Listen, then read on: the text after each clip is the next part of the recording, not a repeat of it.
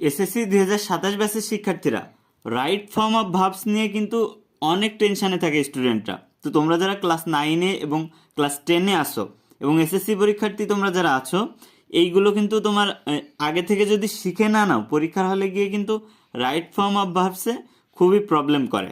তো দেখো, আমি আজকে তোমাদের 10টা নিয়েছি, 10টা রাইট ফর্ম অফ ভার্ব শেখাবো। এখান থেকে 4টা নিয়ম, এই 4টা নিয়ম থেকেই কিন্তু বেশিরভাগ তোমার রাইট ফর্ম অফ ভার্বস চলে আসে। ওকে, তো দেখো এখানে মূলত বলছে কি, হি ইজ ড্যাশ বল, সামনে দেওয়া আছে কি প্লে।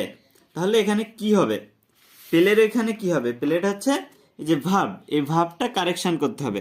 তাহলে দেখো এই যে ইজ, এই ইজটা কি, এই ইজটা হচ্ছে be verb. Be verb, be verb কোনগুলো, বি ভার্ব হচ্ছে অ্যাম, ইজ, আর, ওয়াজ, ওয়ার। একটু মনে রাখবা, এই যে ভার্বগুলোকে কি বলা হয়, বি ভার্ব কিংবা সাহায্যকারী ভার্ব কিংবা অক্সিলারি ভার্ব।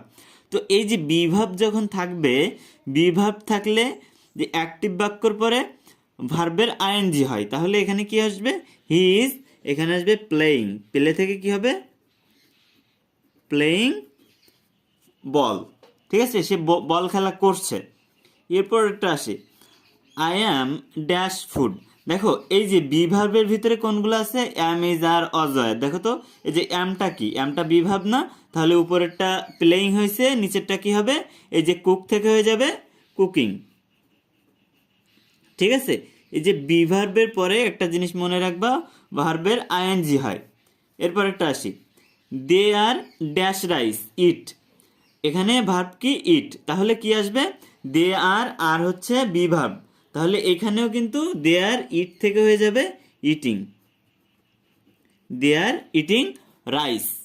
ওকে, এরপরেরটা আসি, she was dash the walk. তাহলে এই যে ওয়াজ, এই ওয়াজও কিন্তু এই দেখো বি ভার্বের ভিতরে অজয়ার, অ্যাম, ইজ, আর, অজয়ার। তাহলে এইখানে ডু, তাহলে এখানে কি বসবে, she was doing the work, মানে সে কাজটি করছিল, তাহলে ডু থেকে কি হয়ে যাবে, ডুইং। ঠিক আছে, এরপর একটা আসি, you are not dash book.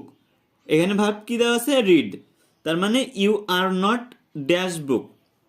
এখানে দেখো এই যে আর আছে, বি ভার্বের আর আছে, কিন্তু সামনে দেখো নট আছে। এই নট থাকার কারণে অনেকেই মনে করে যে নিয়মটা ভিন্ন হয়ে যাবে, কিন্তু নিয়মটা কিন্তু ভিন্ন হবে না। এই যে নট থাকার কারণে এই বাক্যটার জাস্ট অর্থের পরিবর্তন হবে, নাবোধক বাক্য হয়ে যাবে, কিন্তু এটার ভার্বের যে কারেকশনটা সেটা কিন্তু আগের নিয়মেই হবে। বি ভার্ব থাকলে ভার্বের আইএনজি হয়, এই নিয়মেই হবে। তাহলে ইউ আর নট কি বসবে, রিডিং। ওকে ওকে, এরপরে দেখো আরেকটা, উই ক্যান ড্যাশ ইংলিশ। এবার আমরা আরেকটা নিয়ম শিখব, উই ক্যান। দেখো ক্যানটা কি, ক্যানটা হচ্ছে মডাল ভার্ব। দেখো মডাল ভার্বের ভিতরে কি কি আছে আমি তোমাকে যদি একটু বলি, তাহলে মডাল ভার্বের ভিতরে আছে shall, should, will, would, can, could. তার মানে can, could, will, would, shall, should, may, might, may, might এবং মাস্ট। এই যে কয়টা একটু মনে রাখবা, এই যে কয়টা বেশি আসে, মডাল ভার্ব আরও আছে, তবে এইগুলো বেশিরভাগ আসতে দেখা যায়। Can, could, shall, should, will, would, may, might, must, এইগুলো হচ্ছে মডাল ভার্ব। তো মডাল ভার্বের ক্ষেত্রে কি করবা তোমরা, এই যে উই ক্যান, ক্যান আছে, ঠিক আছে, তাহলে দেখো এই ক্যানটা হচ্ছে মডাল ভার্ব। মডাল ভার্বের ক্ষেত্রে সব সময় ভার্বের প্রেজেন্ট ফর্ম বসে, তাহলে we can dash English, speak English, speak English. এই যে স্পিক দেওয়া আছে, স্পিকটা স্পিকই বসে যাবে, ভার্বের প্রেজেন্ট ফর্ম বসবে। ওকে, এরপর একটা দেখি, she will dash here, she will come here. এখানে দেওয়া আছে কি, কাম, তাহলে এই যে উইল, উইলটা কি মডাল ভার্ব। উইল যখন মডাল ভার্ব হবে, এই যে মডাল ভার্ব উইল, তখন উইল মডাল ভার্ব হলে উইলের পরে কি বসবে, ভার্বের প্রেজেন্ট ফর্ম বসবে, তাহলে কামের কামই বসে যাবে। ওকে ওকে, হইল। এরপরে দেখো, I must not dash it, I must not write it নাকি রাইটিং ইট, কোনটা হবে। দেখো এখানে দেখো এই যে মডাল ভার্ব মাস্ট আছে, আছে না, তো মডাল ভার্ব মাস্ট থাকার পরে দেখো নট আছে, এই কারণে অনেকেই ভাববে যে নট থাকার কারণে হয়তোবা এটা পরিবর্তন হয়ে যাবে, নিয়ম পরিবর্তন হবে, কিন্তু না, এই যে রাইট আছে না, রাইট কিন্তু ওই রাইটই বসে যাবে।